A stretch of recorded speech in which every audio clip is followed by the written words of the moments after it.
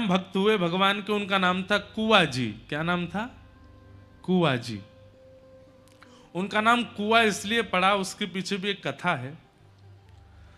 तो कुआ जी जो थे, ये एक मट्टी के बर्तन बनाने वाले व्यक्ति थे। क्या बोलते हैं उन्हें? कुम्हार। कुम्हार थे कुआ जी। पर इनका नियम इतना था, ऐसा था कि ये उतने ही बर्तन बनाते थे जिनसे इनका, इनकी पत्नी का पेट भर जाए, और अगर 2-4 महात्मा कभी इनके गांव में आ जाएं तो उनको ये प्रसाद पवा सकें। बस इतने ही बर्तन बेचते थे। मतलब आज की व्यवस्था इनकी, इनकी पत्नी की, और अगर संत महात्मा कोई आ जाए तो उनको पवाने की। बस कल की व्यवस्था के अनुरूप आज धन संचन नहीं करते थे।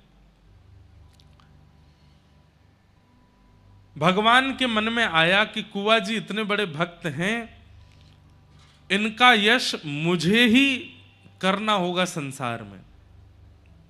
सोच लो, ठाकुर जी के चिंतन में आ गए। ठाकुर जी ने मन बना लिया कि कुआ जी का यश मुझे करवाना है। और भगवान ने एक दिन ऐसी लीला की कि कुआ जी महाराज सुबह सुबह उठ करके बर्तन बेच करके आए मिट्टी के, और उससे जो धन प्राप्त हुआ, अपने लिए, अपनी पत्नी के लिए प्रसाद सिद्ध कर लिया, 2-4 महात्माओं के लिए प्रसाद सिद्ध कर लिया। लेकिन आज इनके द्वार पर 200 महात्मा आ गए। ठाकुर जी ऐसी परीक्षा लेते हैं। जब ठाकुर जी को ठोक बजा करके किसी को भक्त का अनुभव करना होता है कि ये उचित है कि नहीं, उसकी ऐसी परिस्थिति प्रकट कर देते हैं कि उस परिस्थिति से वो घबरा जाए। और जैसे ही व्यक्ति घबराता है, ठाकुर जी समझ जाते हैं कि भाई कच्चा है, पक्का नहीं है, घबरा गया। परीक्षा से घबराए ना, परिस्थिति से घबराए ना। 200 वैष्णवों को जैसे ही अपने द्वार पर देखा, कुआ जी घबराए नहीं। अपनी पत्नी से कहने लगे, देवी आज कितनी बड़ी कृपा, आज तक इतने वर्षों में 2 महात्मा, 4 महात्मा, 5 महात्मा से ज्यादा प्रत्येक दिन हमारे द्वार पर नहीं आए, लेकिन आज कितनी बड़ी पूंजी हमारी, इतने बड़े गांव में हमारे द्वार पर 200 महात्मा आए। पत्नी ने कहा, आ तो गए, पर इनको पवाएंगे कैसे? बोले कि वो सब व्यवस्था ठाकुर जी देखेंगे, आप तो बस इनको बैठाओ। बैठा दिया। बोले महाराज आप लोग आए हैं, अब आप भी जानते हैं कि एक परिवार में 200 लोगों को पवाने की व्यवस्था तो नहीं होती, तो इसलिए थोड़ी प्रतीक्षा करनी पड़ेगी। मैं जाऊं बाजार से कुछ ले आऊं सामग्री, तब तक आप स्नान ध्यान संध्या वंदन करो, और पत्नी बढ़िया प्रसादी बनाएगी, फिर आप लोग पाइएगा। कुआ जी महाराज तुरंत घर से निकल करके गए, जो नगर सेठ थे उनके पास गए, और नगर सेठ जी से जाकर के कहा कि आप मुझे कुछ धन राशि दे दीजिए। नगर सेठ जी बोले, भाई पिछली धनराशि तो अभी तक चुका नहीं पाए तुम, और कितनी धनराशि चाहिए तुमको? बोले 200 लोगों को प्रसाद पवाना है, उतनी धनराशि चाहिए। और कुआ जी ने हाथ जोड़ करके क्या कहा कि महात्मा 2 बातें सुन लीजिए हमारी। नगर सेठ जी से कहा, पहली बात, मेरे पास धन है नहीं तो मैं चुका नहीं पाऊंगा, ये मैं पहले ही बता रहा हूं। दूसरी बात, मेरे द्वार पर जो 200 महात्मा आए हैं, अगर उन्होंने प्रसाद नहीं पाया तो मैं प्राण त्याग दूंगा। सेठ जी बोले, तुम धमकी दे रहे हो हमको? एक तो हमसे पैसा मांग रहे हो, ऊपर से कह रहे हो मैं लौटा नहीं पाऊंगा, ऊपर से कहते हो कि नहीं दिया तो मैं प्राण त्याग दूंगा। तो कुआ जी कहते हैं कि धन चुकाने का एक और तरीका है। बोले क्या? आप मुझसे अपने घर में कोई काम करवा लीजिए, मुझसे परिश्रम करवा लीजिए, और उस परिश्रम के बदले मुझे 200 महात्माओं को प्रसाद पवाने के लिए धन दे दीजिए। परिश्रम कर दूंगा मैं आपके यहां, पर धन नहीं लौटा पाऊंगा। तो सेठ जी मान गए। सेठ जी ने कहा, तो फिर ठीक है, एक काम करो। बोले क्या? हमारे घर में जल की व्यवस्था नहीं है, हमको जल लेने के लिए पोखर तालाब में जाना पड़ता है हमारी घर की बहू बेटियों को। पीछे कुछ जमीन हमारी बची है, तुम वहां पर कुआं खोदोगे अकेले, और कुआं खोद करके उसमें जल का स्रोत जब तक नहीं निकल आए तब तक खोदते रहोगे।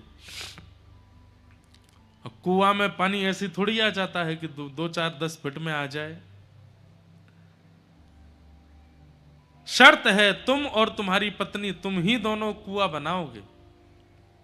कुआं जी बोले मुझे स्वीकार है, पर अभी मुझे धन दे दीजिए, मुझे संतों की सेवा करनी। सेठ जी ने धन दिया, नाचते गाते हुए गए, सब सामग्री लेकर के घर पहुंचे, झरा भंडारा किया, 200 महात्माओं को बढ़िया मालपुआ, खीर और सब्जी पूड़ी आदि सब प्रेम से पवाई। पत्नी बोली आप इतना सामान कहां से लेके आए, कैसे लेके आए? बोले देवी कोई टेंशन की बात नहीं है, इसका मैं परिश्रम करूंगा ना। बोले कैसे परिश्रम करोगे? बोले सेठ जी ने कहा है कुआं खोद देना, तो उनके यहां कुआं खोदेंगे। महात्मा तो प्रसाद पाकर के चले गए। यहां पर अगले दिन ही कुआं जी पहुंच गए और पहुंच करके अपनी पत्नी के साथ में अब कुआं जी खोदते हैं और जितना मिट्टी होती है परात में भरते हैं, पत्नी को देते हैं, दूर फेंक करके पत्नी आती है। अब कमाई नहीं हो रही है इनकी, दोनों पति पत्नी भूखे रहते हैं। क्यों? ये तो परिश्रम दे रहे हैं और कमाई होती है मिट्टी के बर्तन बना के बेचने से। वो कैसे करें, घर में कोई और सदस्य है नहीं, 3-3 दिन 4-4 दिन तक कुछ भोजन को नहीं मिलता। लेकिन प्रसन्न मुद्रा में हरि स्मरण करते हैं, हरि का भजन करते हैं, ठाकुर जी का नाम लेते हैं और प्रेम से कुआं खोद रहे हैं। 4-5 दिन बाद कोई कुछ दे देता है तो दोनों आधा आधा खा लेते। हम आपको बता रहे हैं कि ठाकुर जी कैसों का स्मरण करते हैं। एक बात निश्चित है, आपको माननी पड़ेगी, अगर जीवन में कठिन परीक्षा आई है तो इसका मतलब यह समझ लीजिए ठाकुर जी मिस कॉल मार रहे हैं आपको, ठाकुर जी याद कर रहे हैं। अगर बहुत स्मूथ लाइफ चल रही है, सुबह नाश्ता कर लेते हैं, दोपहर में भोजन कर लेते हैं, रात्रि डिनर करके बढ़िया प्रेम से तान दुपट्टा सोते हैं, एसी चला के, हीटर चला के, बहुत बढ़िया नींद आ जाती है, कोई डिस्टरबेंस नहीं है, कोई टेंशन नहीं, कोई सिर पर भार नहीं है, सब कुछ बहुत बढ़िया है, तो इसका मतलब ठाकुर जी ने ब्लॉक मार रखे हो, आप देख ही नहीं रहे, आपका नंबर ही नहीं आ रहा ठाकुर जी के आगे, इसीलिए तो सब बढ़िया चल रहा है। भाई टीचर की दृष्टि में आओगे तभी तो परीक्षा होगी। अब आप क्लास में ही छुप करके पीछे बैठे हो तो टीचर आपको उठाएगा ही नहीं, कुछ पूछेगा ही नहीं आपसे। अगर जीवन में परीक्षा नहीं है तो इसका मतलब आप छुप गए हो, ठाकुर जी को दिख नहीं रहे हो या ठाकुर जी देख नहीं रहे हैं।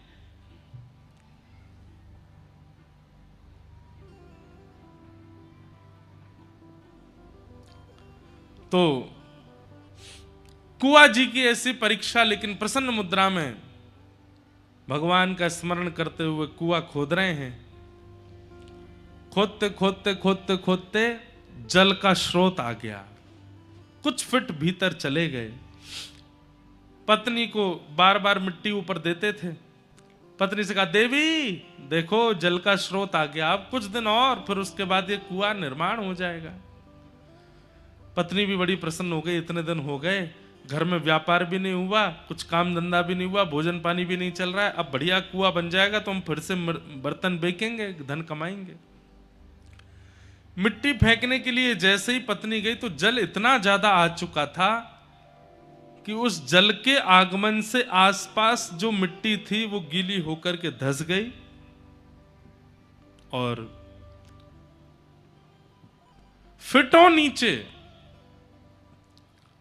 कुआं जी धंस गए, दब गए और उसी के नीचे ही रह गए। जैसे ही जाकर के देखा सारी मिट्टी नीचे गिर गई है और कुआं जी उसके नीचे दब गए हैं। अब अकेली कितना उसमें से निकाली मिट्टी, खूब पहले तो फावड़े से खुद ही खोदने लगी, लेकिन वो तो पूरा ही भर चुका था। दौड़ी दौड़ी सेठ जी के पास गई, बोले सेठ जी मेरे पति को निकाल दीजिए, देखिए ना वो धंस गए भीतर।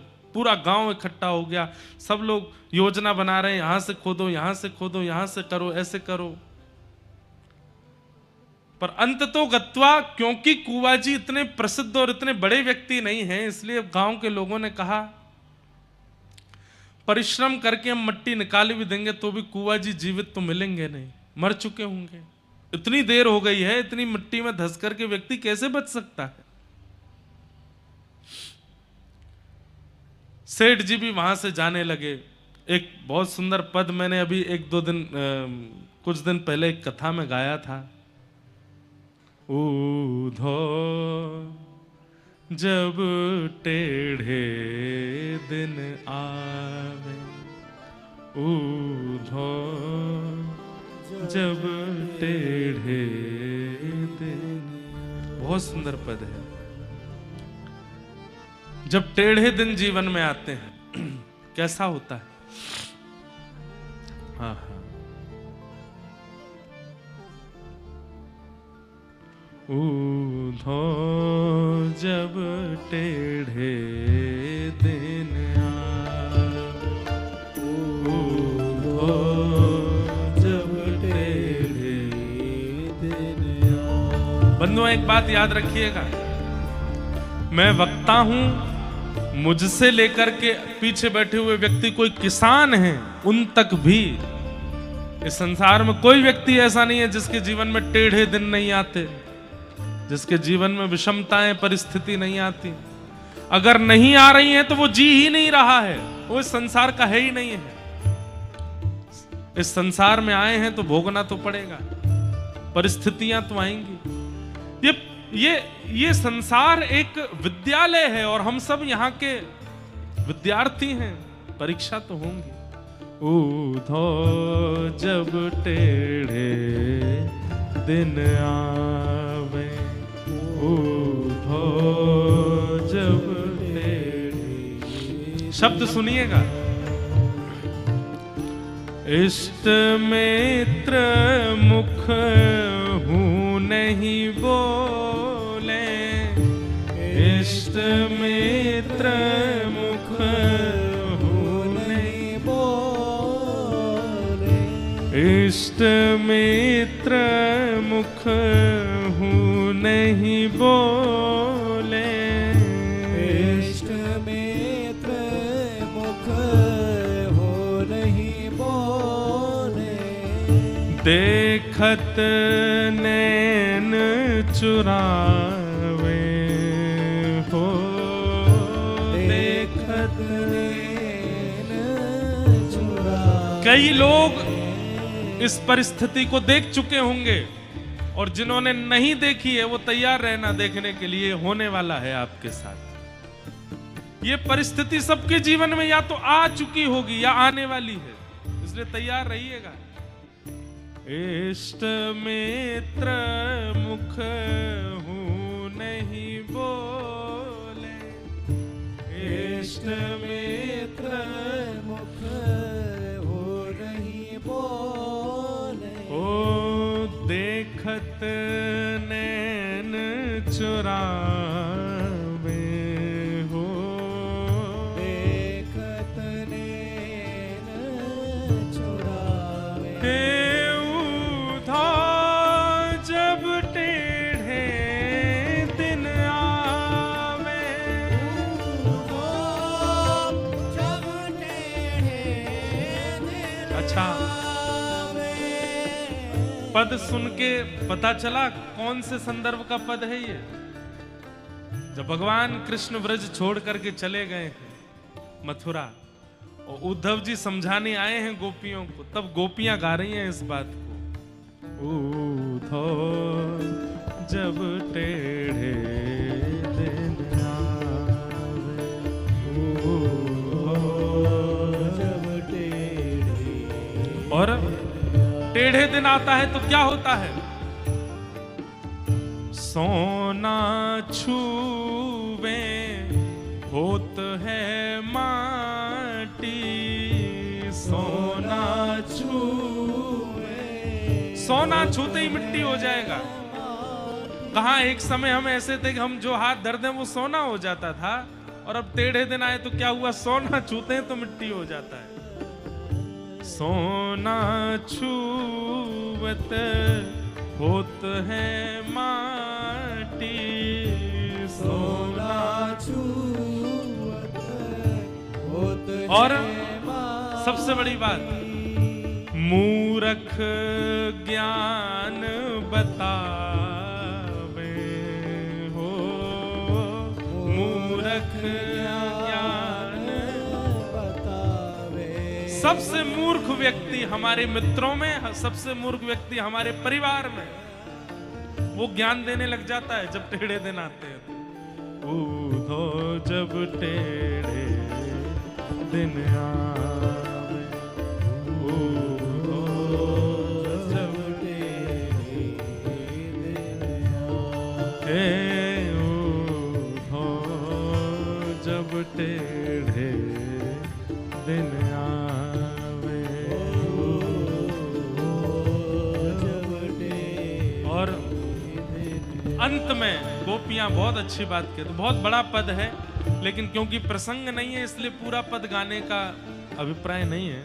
अंत में गोपियां कहती हैं, अपनो अपनो भाग्य सखीरी, अपनो अपनो भाग्य सखीरी, अपनो अपनो भाग्य सखीरी, अपनो अपनो भाग्य सखीरी, काको दोष लगावे,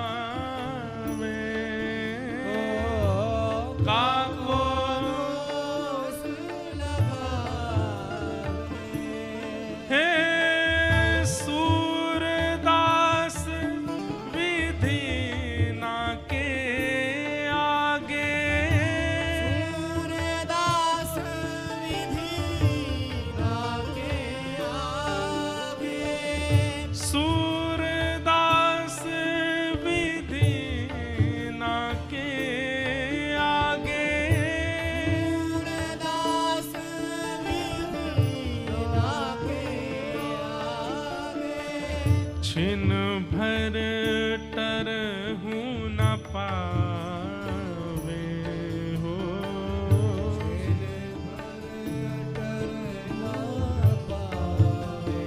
ऊधो जब टेढ़े दिन आवे, ऊधो जब टेढ़े दिन आवे,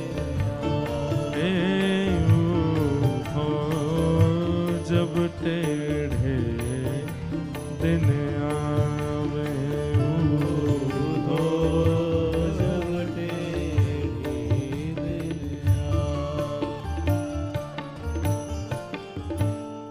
जब जीवन में टेढ़े दिन आते हैं तो ऐसी स्थिति बन जाती। अब देखिए वहां कुआं जी, वो भी तो एक मानव है, मिट्टी के ढेर के नीचे फंस गए हैं, लेकिन गांव के लोग क्या कह रहे हैं, पत्नी को सांत्वना देते हुए कह रहे हैं, अब हम निकाल भी देंगे तो क्या फायदा, वो जीवित तो बचेंगे नहीं। पत्नी कह रही है कि इतनी जल्दी आप लोग कैसे मान रहे हैं? बोले कि मान, इतनी संख्या में मिट्टी उनके ऊपर गिर गई है, वो जीवित कहां बचेंगे, उनको निकाल भी देंगे तो तुम अभी शोक में हो, उनका शव देख करके और शोक में आ जाओगी, अब उनको नीचे ही गड़े रहने दो। और सेठ ने कुछ धन आदि देकर के पत्नी से कहा, अब तुम ज्यादा शोक मत करो। अब अकेली पत्नी, परिवार तो है नहीं, किससे जाकर के कहे कि मेरे पति को निकालो। सामान्य व्यक्ति जो जीवन जीते हैं बहुत कठिनाई सहते हैं बंधुओं कभी कभी, क्योंकि उनके पास में पावर नहीं है, उनके पास में लोग नहीं है, उनकी पहुंच नहीं है। पर जिनकी संसार में किसी से पहुंच नहीं होती ना, उनकी रक्षा पर ठाकुर जी करते हैं। और ठाकुर जी तक पहुंच जिसकी होती है, पर संसार की पहुंच धरे रहे अपने पास।